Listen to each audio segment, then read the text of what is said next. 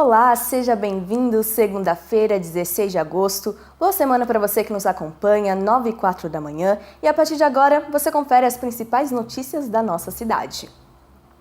A gente começa trazendo os números da pandemia aqui no município. Segundo a última atualização, divulgada pela Secretaria Municipal de Saúde, foram registrados até o momento 25.600 casos de Covid-19. Desse total, 24.637 pessoas já se recuperaram. Ainda aguardam o resultado do exame 4.870 pessoas. E, infelizmente, já são 759 vítimas da doença. Em relação ao tratamento hospitalar, são 46 pessoas internadas, dos casos confirmados, são 29 internações, sendo 16 em UTI. E dos casos suspeitos, são 17 pessoas internadas e, até o momento, 2 estão na UTI. Somados os números, representam 39% de ocupação em leitos de UTI e 33% em leitos de enfermaria. Sobre a vacinação, já foram 216.509 doses aplicadas, ou seja, 66,72% da população geral já tomou a primeira dose da vacina. 27,64% da população já completou o esquema vacinal com a primeira e segunda dose ou dose única. Lembrando que essas informações são disponibilizadas diariamente nos canais oficiais da Prefeitura e, claro, aqui no Bom Dia Jacareí. Hoje nós estamos recebendo a diretora de Patrimônio Cultural, Selma Fernandes. Seja bem-vinda, Selma, um prazer ter você aqui com a gente. Obrigada, Isa, o prazer é todo meu. Selma, a gente te trouxe para um momento especial, né? Amanhã, dia 17 de agosto, é o Dia Nacional do Patrimônio Cultural. Queria que você comentasse um pouquinho dessa data para a gente. Isso mesmo, estamos no mês de agosto, que é o mês do patrimônio, e amanhã, dia 17, é o dia comemorado, como você mesma disse, o Dia Nacional do Patrimônio. Esse dia é em homenagem a Rodrigo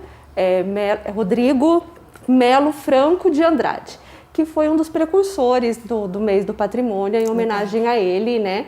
Que ele foi um dos presidentes do IPHAN, que é o Instituto do Patrimônio, né? O IPHAN, que foi criado em 1937, ele foi presidente durante 30 anos do IPHAN, né? E essa ideia toda de patrimônio começou por aí. E o Rodrigo foi um dos precursores, deu início a tudo isso, né? Junto com outros nomes, né? Enfim, mas a ideia mesmo de patrimônio no Brasil começou com ele. Por isso essa homenagem, por isso o dia 17 de agosto. Falando sobre a ideia do patrimônio, existem especificidades, né, sobre os tipos de patrimônio, o material e o Rodrigo foi um dos precursores, né? Exatamente. Quais são essas diferenças? O que pode ser considerado patrimônio cultural hoje no Brasil? Bom, existem tipologias, né? Primeiro que existe esferas de patrimônio também, né? Existe o IPHAN, quando a gente fala em patrimônio e o estudo de patrimônio, quando a gente analisa o patrimônio em esfera federal, a chancela é sempre o IPHAN, né? E aí também tem o CONDEPHAA, né? Quando a gente fala em patrimônio em análises do Estado, quem chancela isso no Estado é o CONDEPHAA. E em Jacareí a gente tem o CODEPAC, né? Temos também que é o Conselho de Defesa do Patrimônio. O CODEPAC são em todas as cidades? Não, cada cidade, não são todas as cidades que têm o seu conselho, né? Em Jacareí nós temos, né? Que é o CODEPAC, com o Conselho de Defesa de Patrimônio Cultural. É muito relevante isso para a gente, ter um conselho atuante no nosso município, né? Quando a gente fala de patrimônio, a gente tem tanto patrimônio material quanto patrimônio imaterial. Quando a gente fala de patrimônio material, a gente fala daqueles antigos pedra e cal que a gente fala, né? Que são o arquitetônico em si, que são os bens tangíveis. A gente usa essa palavra de bem tangível, né? Que é o arquitetônico, que são os bens móveis e imóveis. Bens imóveis, que são os prédios, né? Arquiteturas em si. E os bens móveis, que são os objetos. Quando a gente fala de patrimônio imaterial, que são os bens intangíveis, é aquilo que a gente não pode tocar, mas que tem a sua relevância tanto quanto. Vou dar um exemplo muito característico aqui na nossa cidade, que é o nosso bolinho caipira, né? Mas que o bem imaterial, ele é tão importante quanto.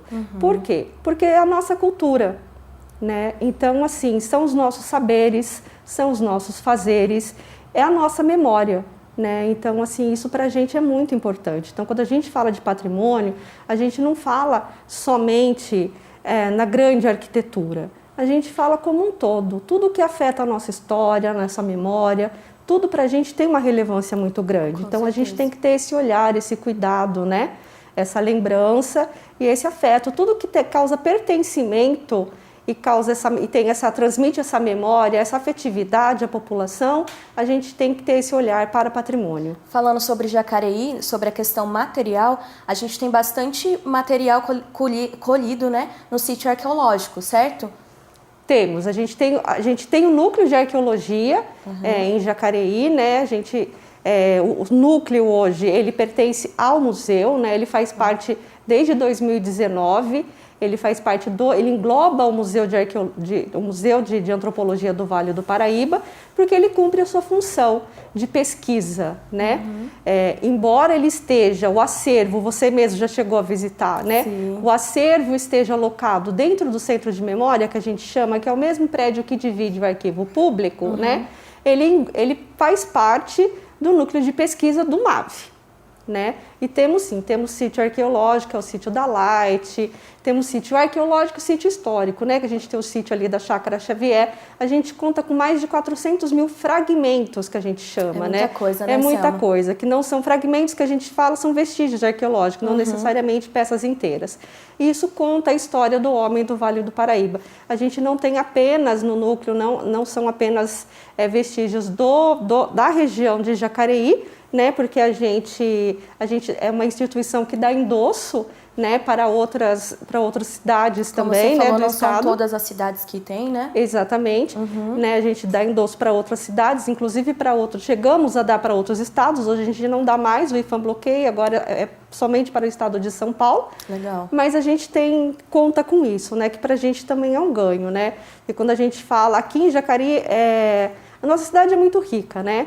Porque a gente tem o MAV, a gente tem o arquivo, a gente tem o núcleo de arqueologia, não são todas as cidades que contam com todas essas esferas, né? Que é o patrimônio de tudo isso, né? A gente tem um acervo documental, a gente tem um acervo museológico, a gente tem um acervo arqueológico, né? Então, a gente é bem rico nesse conteúdo, assim, de patrimônio, né? Vamos dizer assim. Jacareí sendo referência, né? Jacareí sendo referência, sim, com certeza. Vou pedir licença para você um pouquinho, Claro. Selma. A Prefeitura de Jacareí foi contemplada pelo Programa de Eficiência Energética da EDP e substituirá 476 luminárias comuns por LED na região central. As vias públicas da região central de Jacareí vão ganhar nova iluminação graças a um acordo assinado entre a Prefeitura e a EDP, distribuidora de energia elétrica do Vale do Paraíba. Ao todo, 476 luminárias comuns serão substituídas por LED. De acordo com a Secretaria de Infraestrutura, um dos benefícios da troca é o aumento da segurança para os munícipes. Que, ao meu ver, é o mais significativo, né? Segurança viária, enfim, segurança pública, onde as pessoas caminham, né, num local que fica bem mais claro, né, do que utilizado hoje. A redução no consumo de energia referente à iluminação pública será de aproximadamente 330 megawatt-hora, que é o equivalente ao consumo médio anual de 137 famílias. Mensalmente, a Prefeitura gasta R$ 550 mil no consumo da iluminação das vias públicas. Esse valor será reduzido graças à durabilidade das lâmpadas LEDs e, consequentemente, na diminuição da manutenção dos equipamentos. O investimento de R$ 525 mil pela EDP também vai aliviar os cofres públicos. Nós estimamos uma redução em torno aí de aproximadamente 50%. Pode chegar até 50%, né? Isso é uma economia significativa aí para os cofres públicos, né? A iniciativa foi contemplada na chamada pública do Programa de Eficiência Energética da EDP, que é regulado pela Agência Nacional de Energia Elétrica, a ANEEL. O objetivo desse projeto, obviamente, é a eficientização, né, do parque, trazendo maior economia para a prefeitura. A prefeitura, dessa forma, consegue direcionar esse recurso adicional, né, que ela economizará com a iluminação pública, para outros benefícios para a população, até mesmo um aumento de pontos na iluminação pública em locais que ainda não possuem, a eficientização de pontos já existentes. Esse é o segundo projeto em que Jacareí é contemplada pelo programa da EDP. Em 2019, foram substituídas 978 luminárias com investimentos estimados em 1,2 milhão de reais. Em 2021, a substituição das 476 luminárias tem início previsto para a segunda quinzena de outubro e a conclusão será em até 2 meses. Nós entraremos na fase de aquisição dos materiais necessários para a realização da substituição. Acreditamos aí que em 60, no máximo 90 dias, as aquisições sejam concluídas, os materiais entregues, para que o projeto possa ser iniciado e concluído até o final de dezembro. Voltando aqui para a nossa conversa, Selma, falando um pouquinho sobre amanhã, que é o Dia do Patrimônio Cultural, aqui em Jacareí a gente tem o Centro de Memória, que foi inaugurado no final de 2020. Isso. Como que funciona esse centro?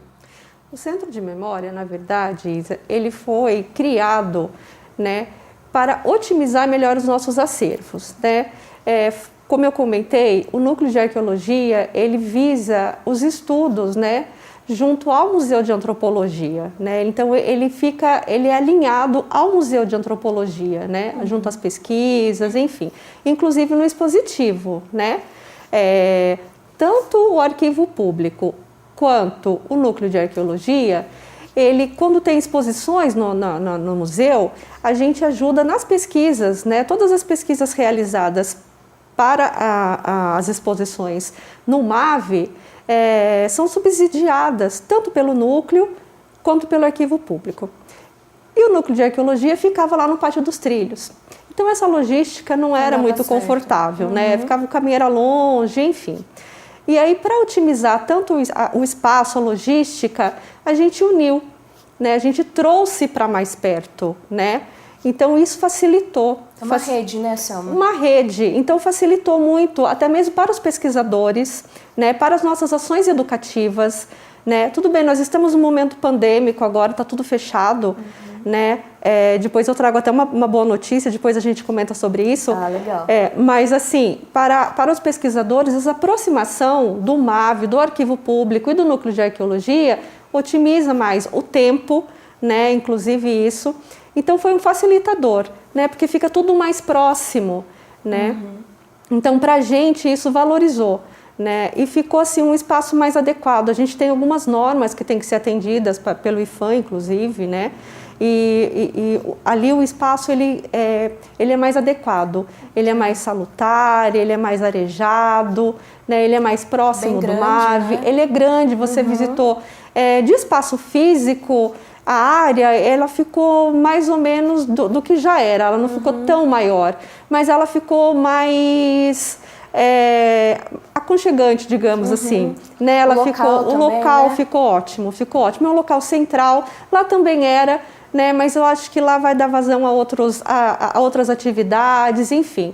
Eu acho que o maior ganho é isso, a aproximação do MAV, né? E esse facilitador, né? Até mesmo por essa troca de peças, às vezes a gente precisa, né? Leva um objeto para um lado e para o outro, né? E essa ação educativa. A nossa intenção é que futuramente a gente possa fazer a visita do MAV que se estenda ao Centro de Memória. Perfeito. Obviamente que com agendamento, né? Porque se trata de um acervo, né?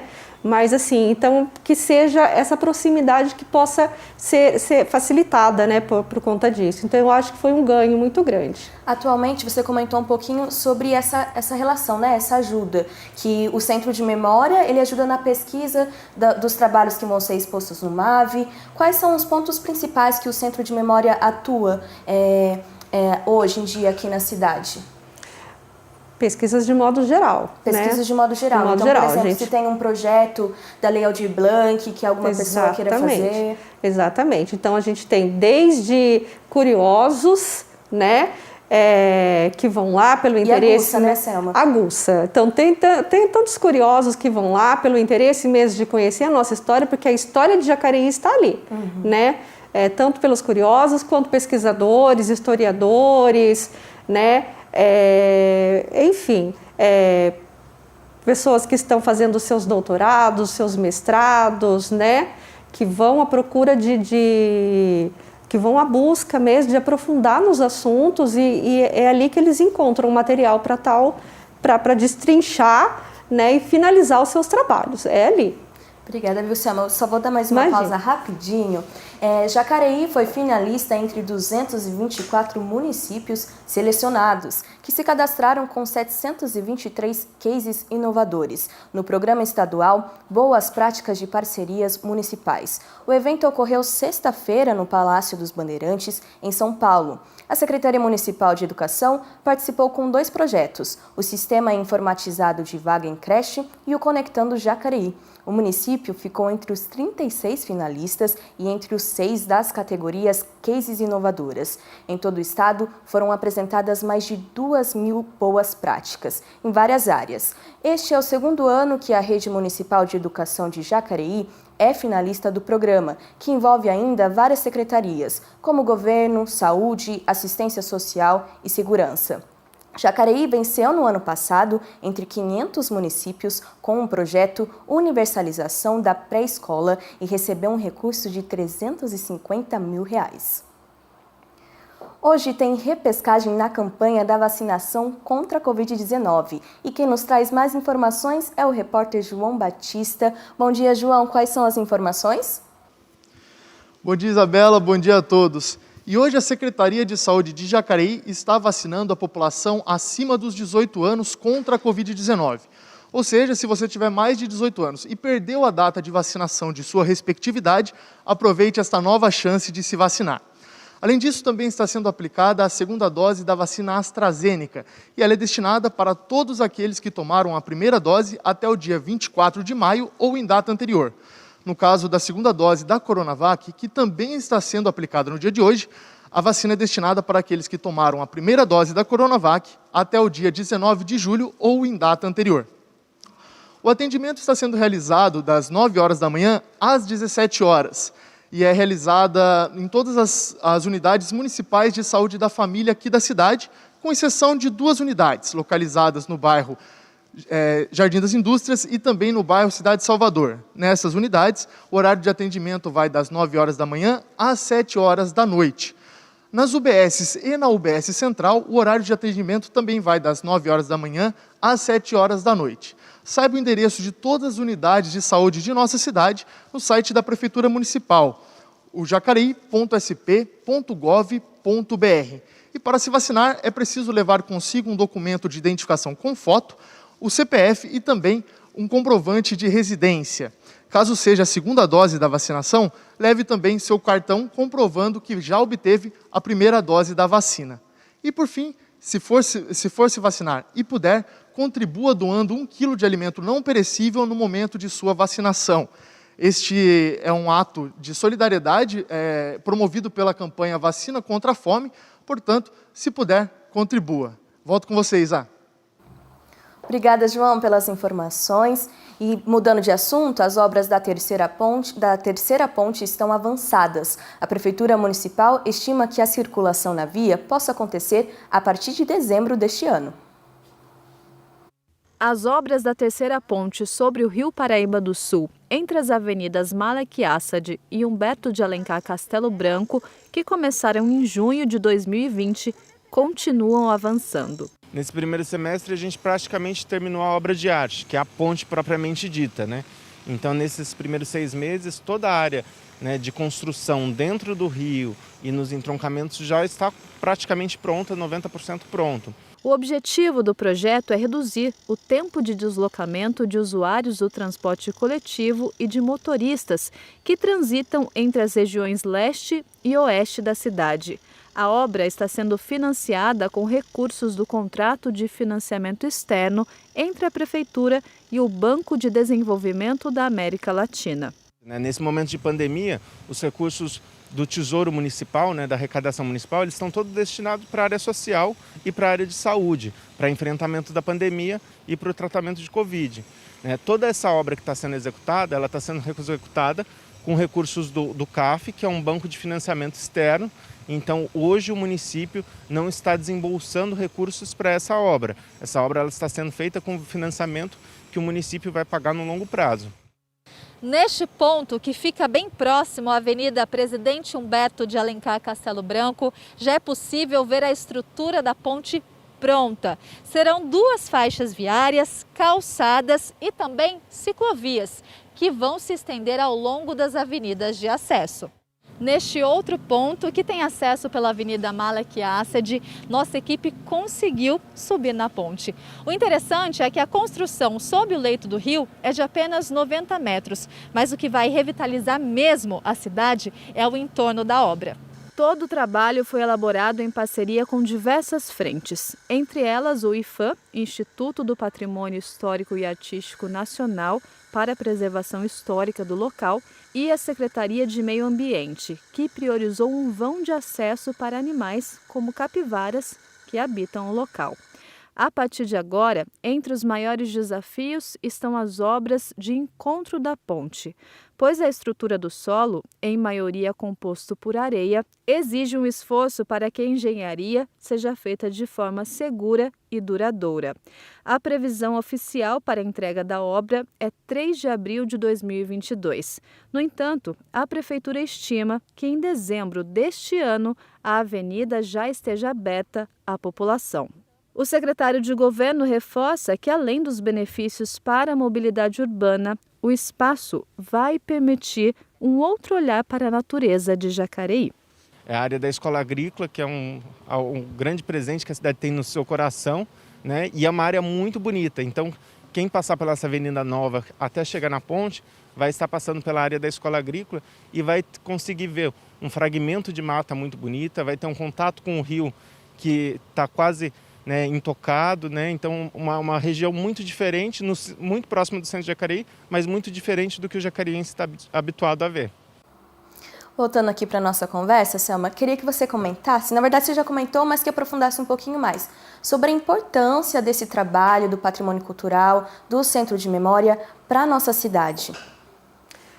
Bom, eu vou me aprofundar no patrimônio como um todo, Isa? Pode ser. Eu acho assim, independente do Centro de Memória, o trabalho que a gente faz enquanto patrimônio, enquanto diretoria de patrimônio, é muito relevante. Trabalhar o patrimônio é trabalhar o pertencimento da cidade. Então, quando você fala de patrimônio, você fala de reconhecimento da história. Então, quando você reconhece a história, você reconhece o local onde você vive. Você resgata as suas histórias, você resgata as suas memórias, e você torna isso vivo. Então você tem que manter essa história viva, na história do seu povo vivo, para você ter essa identidade e você manter isso sempre nas suas tradições.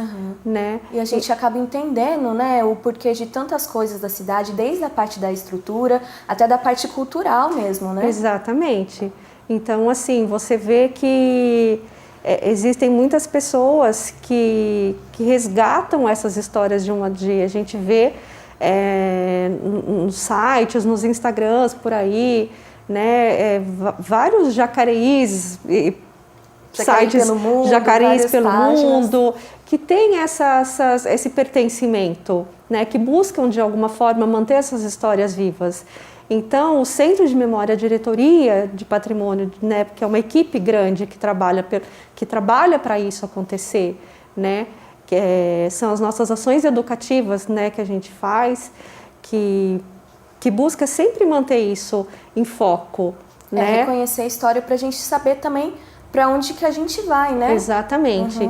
Então, quando a gente fala do patrimônio, a gente não fala só, como eu falei lá no começo, do pedra e cal. A gente fala das nossas tradições, a gente fala da nossa cultura como um todo, das nossas festas, das nossas raízes, isso que é muito importante. Então, quando a gente leva uma criança para visitar o MAV e ali ela sai com um olhar diferente, quando a gente leva um estudante para o arquivo público e ele pega uma fotografia antiga ou ele se depara com um documento histórico, ou um estudante ou qualquer pessoa, um sujeito da cidade e que se depara ali com um fragmento arqueológico e ele se encanta com aquilo, você está mudando o olhar dessa pessoa, a visão dessa pessoa. Então essa ação educativa para a gente é o nosso maior tesouro, porque você está ali fomentando naquela pessoa, né, essa identidade, esse apelo, essa vontade de manter viva a história de Jacareí. E a gente observa o quanto isso tem mudado, né? Tanto dos projetos que estão surgindo das pessoas aqui da cidade, justamente por esse fomento que está acontecendo dessa rede, né? Que a gente comentou, da Fundação, com o MAV, com o Centro de Memória. Isso, eu acho que está tendo uma movimentação e a gente espera que isso cresça justamente para isso, né? Eu acho que a gente tem que valorizar o que é nosso, né? Às vezes a gente tem normalmente a gente tem essa busca quando a gente vai visitar o do outro. E não, a gente tem que ter esse olhar pelo que é nosso. Primeiro pelo que é nosso, o que é de dentro, para depois a gente buscar o do outro, né? E o patrimônio é isso, a gente tem que valorizar, sim, e muito, as nossas tradições, a nossa cultura, né? E o Centro de Memória, a gente fala Centro de Memória, mas é o patrimônio como um todo, né? Vem ao encontro disso, de valorizar tudo que é nosso, não só o patrimônio material, mas o imaterial, tangível, intangível, enfim, são vários nomes que a gente usa, mas é a nossa cultura, né? Vamos falar isso, a nossa cultura, fortalecer a nossa cultura, o que é da gente. Com certeza. Selma, você comentou um pouquinho de fotografia, depois a gente vai trazer mais um pouquinho à tona sobre isso. A gente dá uma pausa rapidinha aqui, nós vamos para um rápido intervalo e voltamos já.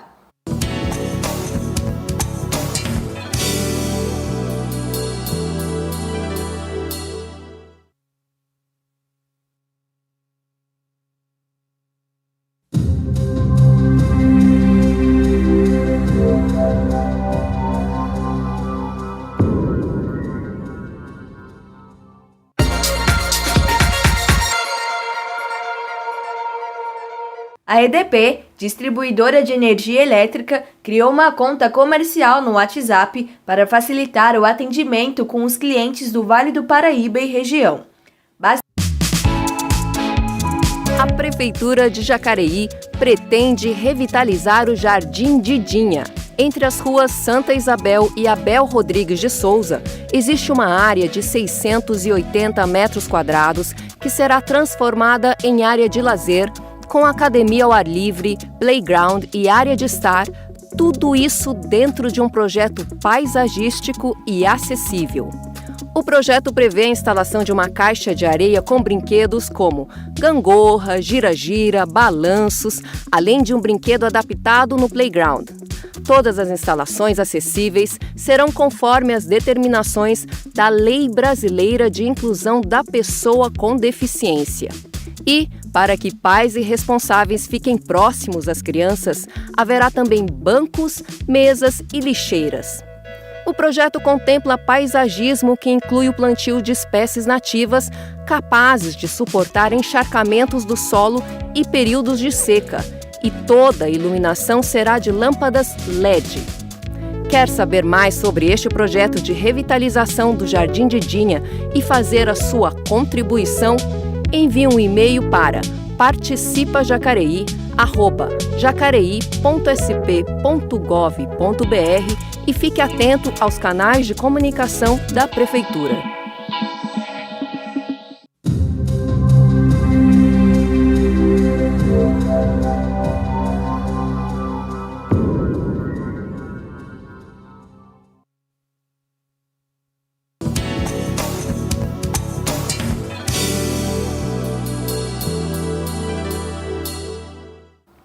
Estamos de volta e a gente começa conferindo um pouco dos trabalhos realizados pelos vereadores no momento legislativo.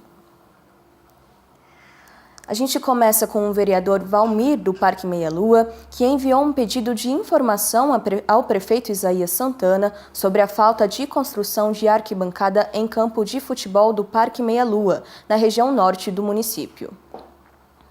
Temos também a Sônia Patas da Amizade, que enviou um pedido de informação ao prefeito Isaías Santana sobre o cumprimento da Lei 6.386, que dá descontos no IPTU a clínicas veterinárias que atendem animais resgatados por ONGs.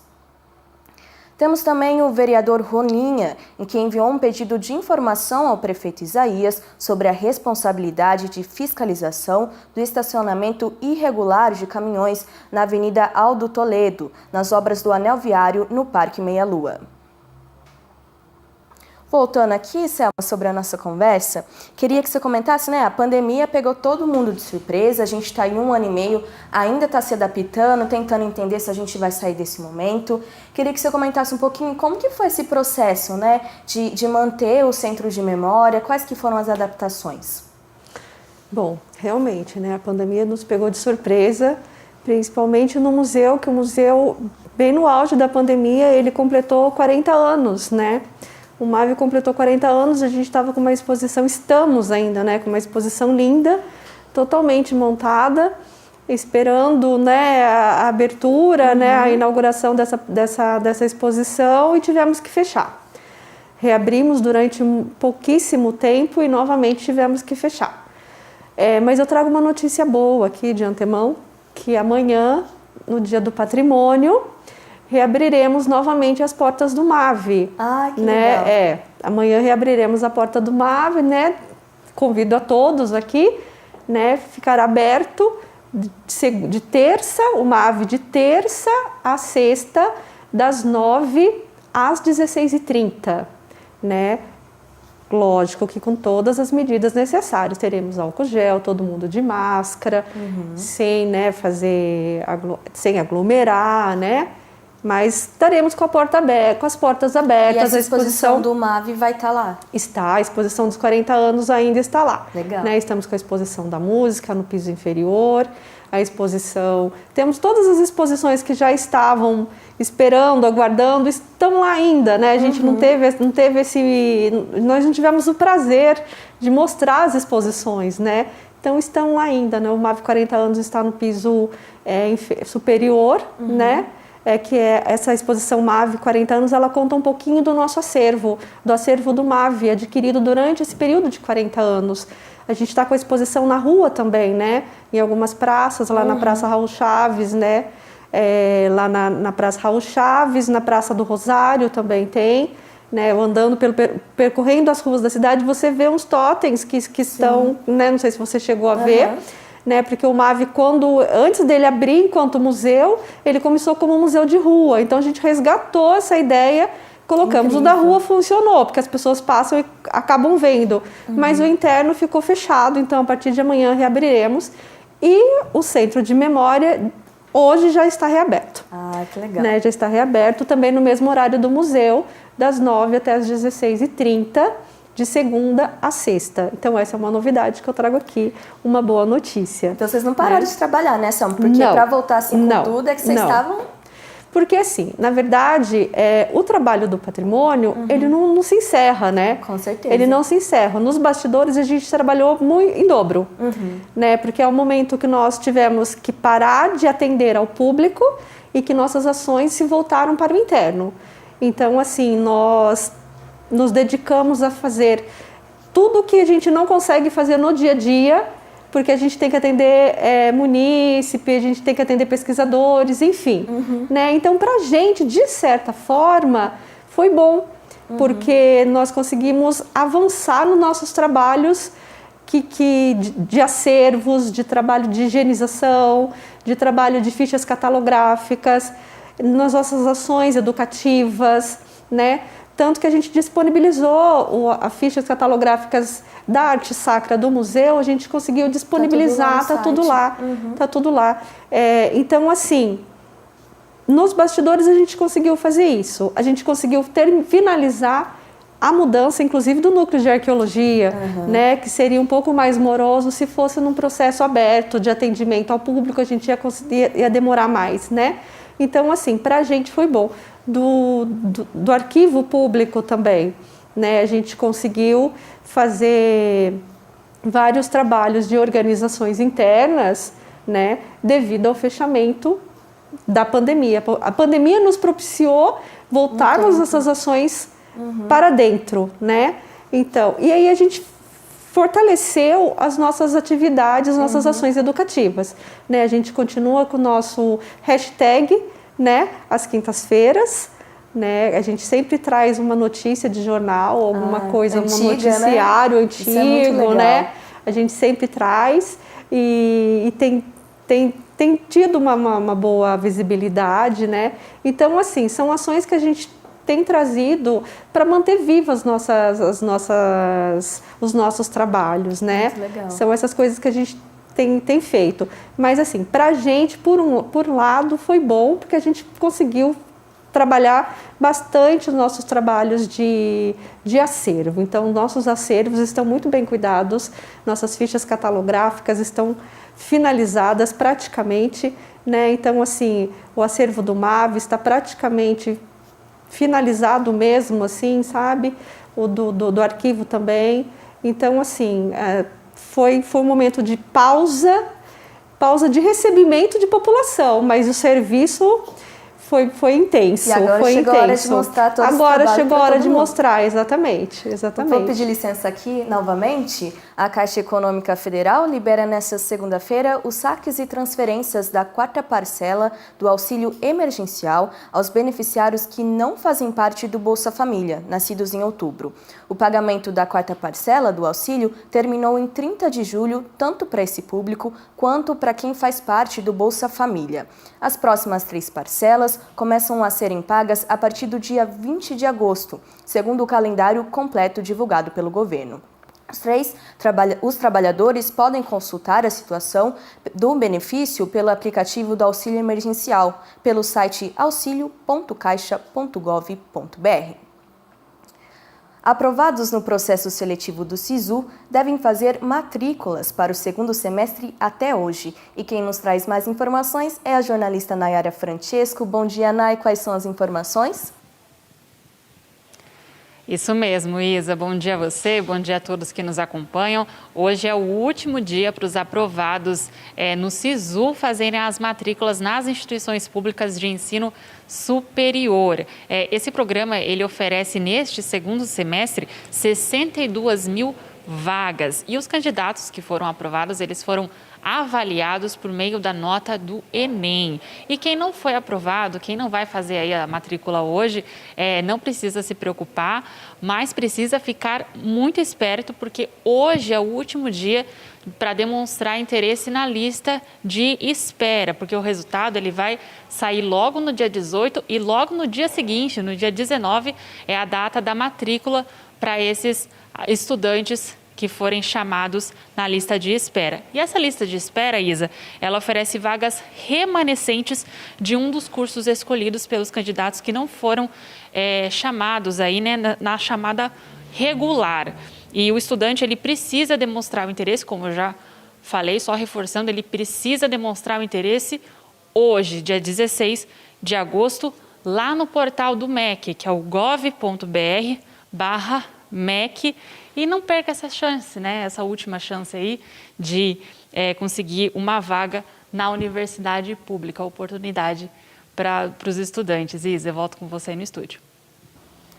Obrigada, Nay, pelas informações. E mudando um pouquinho de assunto, vamos falar sobre oportunidades. O posto de atendimento aos trabalhadores está com vagas disponíveis nesta segunda-feira. Entre elas estão ajudante de produção PCD, motorista categoria D, coordenador de vendas, analista de qualidade, auxiliar administrativo e pedreiro. Lembrando que as atualizações das vagas são feitas diariamente, junto com as informações e e-mails para que os candidatos dentro do perfil encaminhem o currículo diretamente à empresa contratante. Apesar dos avanços de flexibilização do Plano São Paulo, o PAT ainda não anunciou um retorno para o atendimento ao público. Por enquanto, para esclarecimentos do seguro-desemprego, dúvidas sobre as vagas de trabalho e plataformas de acesso remoto, é necessário entrar em contato pelos telefones 3951-7943 e 3952-1065 ou 1076. O perfil Jacareí City é conhecido por retratar personagens e espaços públicos da cidade. Por trás desse trabalho está o fotógrafo Eric Ferreira, que caminha, observa e fotografa uma Jacareí repleta de cultura e história. Andar pela cidade pode ser um exercício de contemplação. As ruas viram cenários de muitas histórias, as pessoas protagonistas, e os prédios vão acumulando as memórias de uma Jacareí que se transforma todos os dias. Para experimentar essa sensação não precisa de muito, só de um olhar que desperta sensibilidade. Eric Ferreira é fotógrafo de casamento desde 2008, mas foi com a necessidade de aprimorar sua técnica que decidiu encarar a fotografia de rua. Seu projeto, assim como suas fotos, começou no cotidiano. Fui fazer um trabalho no meu carro numa borracharia que tem na Califórnia, eu estava com a câmera dentro do carro. Aí eu fotografei o Miguel, que é uma figura bem conhecida lá do bairro. Eu fiz umas fotos dele e na outra semana eu revelei e voltei lá para entregar. Quando eu entreguei essas fotos para ele, ele chorou de alegria, assim. Foi ali que eu vi, poxa, o poder da fotografia, né, da minha fotografia ali, em retratá-lo. Aí surgiu a ideia, por que não fotografar mais pessoas da cidade? O perfil Jacareí City reúne fotografias de espaços públicos e retratos de figuras populares do município como comerciantes, atletas e artistas. A relação com as pessoas tem despertado muitas lembranças, mas para chegar nesse resultado final, o fotógrafo passa por alguns desafios. Você pensar numa composição, você pensar num todo que represente a pessoa, né? E em questão de iluminação e tal, como é algo muito rápido, às vezes você não tem, é uma abordagem rápida, você não tem tempo de pensar no cenário. Então você tem que fazer o que você tem ali na mão, com a lente que você está, com o seu equipamento e tentar retratá-lo da melhor forma possível, né? A seleção dos personagens acontece de forma espontânea, nas ruas da cidade ou por meio de pedidos dos munícipes. O artista plástico Magela foi um dos retratados. Eu acho que ele foi muito fiel à criatura que eu sou, né? E capturou bem, né? Foi um belo registro, né? E fiquei muito surpreso também com o resultado, né? As pessoas comentando e tal, né? Eu não tinha essa dimensão do alcance, como você mesmo estava falando, né? Para ele, as fotografias tiveram um papel essencial de registrar trajetórias. Simplesmente você vai vivendo a história, né? E aí quando surge uma situação dessa, você vê que realmente deixou um filete ali de arte, né? A diretora de patrimônio da Fundação Cultural comenta que as fotografias do projeto Jacareí City já fazem parte de um registro histórico. Quando a foto ela é a sua história. Quando você participa essa foto para outros e você junta essa foto com outras, ela já parte para um contexto da história do local. Ela vai tornando um vulto maior dentro de um contexto da história da cidade, da história do país, onde ela está inserida. Mais do que reconhecer cidadãos, o olhar fotográfico também pode valorizar os locais que ocupamos, como os espaços públicos. E Jacareí, ele tem muitos remanescentes ainda arquitetônicos, né? Às vezes as fachadas, assim, na altura do nosso olhar, elas foram desconfiguradas, mas muito ainda no piso superior, elas ainda mantêm as suas fachadas intactas. E ele traz esse recorte, né? Ele traz esse olhar. A arte da fotografia desperta muitas reflexões. Para Eric, uma das principais é a empatia. Afinal de contas, nossa cidade é construída e feita para as pessoas. Eu acho que a melhor forma de você aprender sobre você é você olhando o próximo. Então você despertar isso através de uma foto, mostrar para as pessoas a identidade de uma pessoa, a bagagem de vida dela, isso é importante, isso faz muito bem. Agradecer ao Eric que nos acompanhou nessa reportagem, foi muito legal. E a gente é fã dele, né, Selma? Muito, muito. Ele foi nos visitar lá no Arquivo Público depois dessa reportagem. Ah, que legal. Justamente para trazer essa pesquisa, né? Isso. Que é ter esse olhar das fotografias antigas. E agora, como você comentou, ele está criando novos patrimônios culturais aqui para a cidade, né? Exatamente. É muito importante o trabalho dele, né? É muito importante. E ele é muito carinhoso. A maneira como ele aborda as pessoas e a maneira como ele aborda as pessoas, os sujeitos da cidade, né? A gente fala sujeito de uma maneira muito carinhosa também, né? Não é, né? É o jeito da gente falar. A maneira como ele aborda os sujeitos da cidade, ele está contando um pouquinho do patrimônio da nossa cidade, né? Da nossa região. Então, são pessoas que contam um pouquinho a história de Jacareí, né? Então, ele tem esse olhar diferenciado para o patrimônio, né? Então, cada pessoa que está ali faz parte do contexto da cidade. Então, ele tem esse olhar também, né? Ele é muito diferenciado, ele é muito... Na simplicidade dele, na maneira dele, ele é uma pessoa muito querida. Então, você vê que ele tem um olhar muito singelo para a cidade. Com certeza. Né? E ele tem umas nuances, ele pega uns ângulos que às vezes a gente não, no dia a dia, no corre-corre, a gente não tem essa observação. Né? Eu lembro que você falou do olhar, né? A gente está sempre andando na cidade com um olhar reto, mas quando a gente olha para cima, existe vários resquícios dessas arquiteturas antigas aqui da cidade, né? Exatamente, e ele tem esse senso de observação, até mesmo pela profissão dele, né? Porque ele é fotógrafo, ele tem esse senso de observação. E os ângulos, né? Então, se você pega um objeto e você tem a perspectiva dos ângulos. Então, isso é muito bonito no trabalho dele, né? E eu acho que quando ele coloca isso no Instagram dele, né? E você observa esses ângulos diferenciados na cidade, a pessoa olha, né? As pessoas que têm contato, têm acesso a isso, olha e fala assim, nossa, como minha cidade é bonita. Né? Ela tem essa percepção. E ele causa esse pertencimento. A pessoa olha e fala assim, nossa, minha cidade realmente é bonita. Né? Então, ele é uma das pessoas que contribuem para que o patrimônio seja visto de uma maneira diferenciada. É um ciclo, né, É um Selma? ciclo, exatamente. Porque isso desperta certas coisas em outras pessoas que também podem criar novos projetos, pesquisar dentro do arquivo. É um ciclo total, né, de que necessita dessa preservação do patrimônio cultural. Exatamente. E ele foi pesquisar no arquivo, ele acabou indo, né, pesquisar no arquivo para ele ver o passado, né? Porque daí ele vem do passado, ele pesquisou as fotos, ele foi justamente para pesquisar as fotos, né, que a gente tem, para ele poder ter essa dimensão do antes e de agora, né? Porque não que agora seja pior, né? Ele é diferente, porque a história vai mudando e a gente caminha sempre para frente, né? Então, assim, a gente tem que ter esse olhar também, que as coisas mudam, né? A paisagem muda, ela sempre vai mudando, a nossa história vai mudando e a gente vai construindo outras histórias. Com certeza. Né? A gente não é estático, né? A gente é móvel. Entender, né, que está tudo relacionado, né? Exatamente. Porque às vezes talvez as pessoas tenham essa dificuldade de enxergar o patrimônio cultural porque é coisa velha, mas isso está tudo interligado na nossa história, na cidade que a gente anda, as ruas que a gente anda, né? Isso. E o patrimônio, ele está ali e ele faz parte dessa paisagem atual, né? Então, ele está ali, ele não está incomodando, ele não está interferindo. E a paisagem urbana atual também, ela interage, é o novo interagindo com o velho.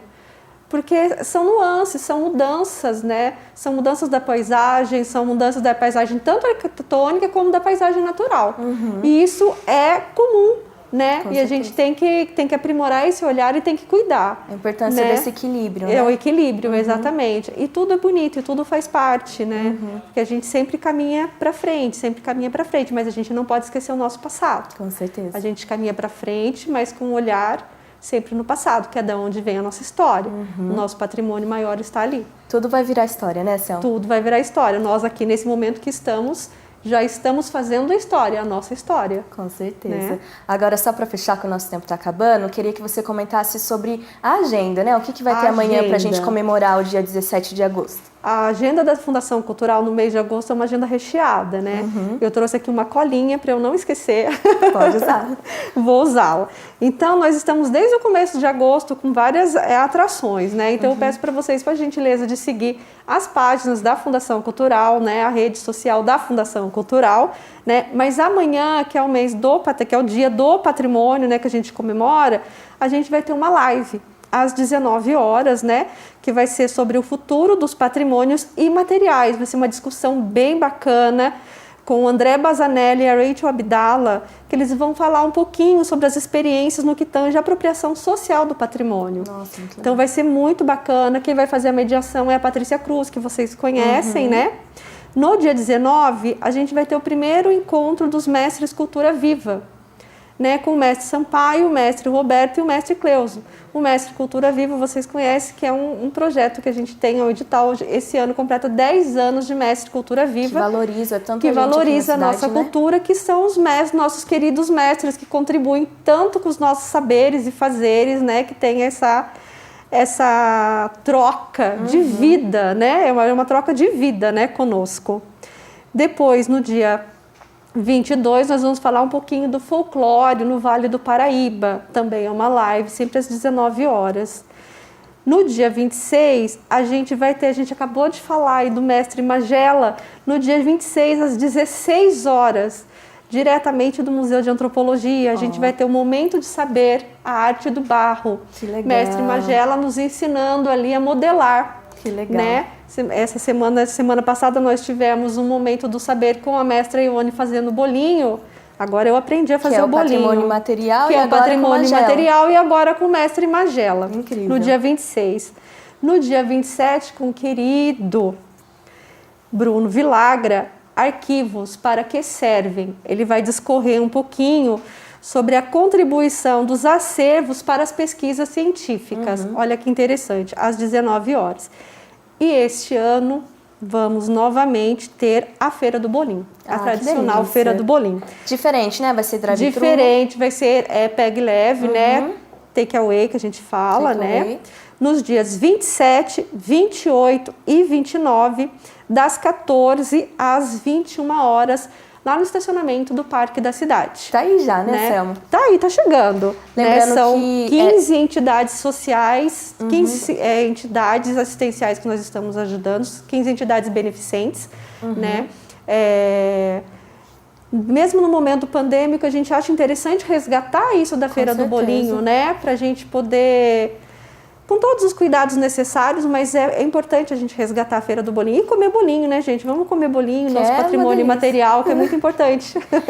Essas lives vão acontecer no Instagram e Facebook da Fundação Cultural. Então é só pesquisar a Fundação Cultural de Jacareí, Facebook e Instagram, que vai estar tudo lá. Tudo lá. Agenda completa nas redes sociais da Fundação Cultural. Perfeito. Sempre. Muito obrigada, viu, Selma, pela sua participação. Imagina, adoro falar prazer. sobre história, sobre cultura, que a gente consiga comemorar de um jeito muito legal nesse momento. Muito obrigada. Eu que agradeço, Isa. A gente fica por aqui. Ao meio-dia você confere a reprise desta edição do Bom Dia e pode acompanhar todas as reportagens produzidas por nossa equipe por meio das redes sociais. Se cuide. Até mais.